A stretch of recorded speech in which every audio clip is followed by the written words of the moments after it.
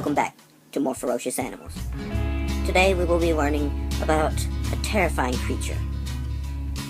It survives only to sneak up on you while you're half asleep and terrify you by convincing you that it is something else. And then you wind up not being able to go back to sleep and getting up an hour earlier than usual. So yeah, it's this little beetle. Yep. And I had no idea what this thing was. So I actually just researched it a little while ago. And pretty interesting little creature. And apparently not a lot of people know what they are, because Google had about 3 or 4 different search suggestions that were all descriptions of this little guy right here.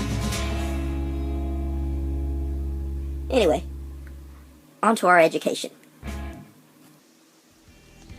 This little creature is some form of beetle from my research. They are best known for waiting until you wake up in the middle of the night to go to the bathroom, and then they crawl into bed and await for you to return. Now, upon returning, they then crawl upon your leg and make you believe that there is something dangerous in the bed, such as a scorpion. And then, in the dark, when you can only see their shape, after throwing them on the floor, believing you have already been stung, they take the dark shape of a wasp to confuse and frighten their enemy. And then, only after turning the light on and realizing it is something you do not recognize, do you finally kill it. And then, a couple hours later, research what it is.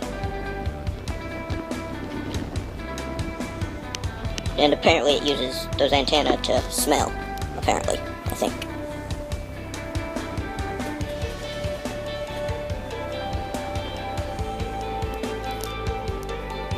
So, after a little more research, I found out that these little guys actually are harmless to people, because they usually don't bite,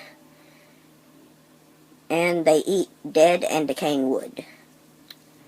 But they do tunnel down in wood and leave their larvae there, which can take a couple years to develop, and then it'll crawl out, and we have this.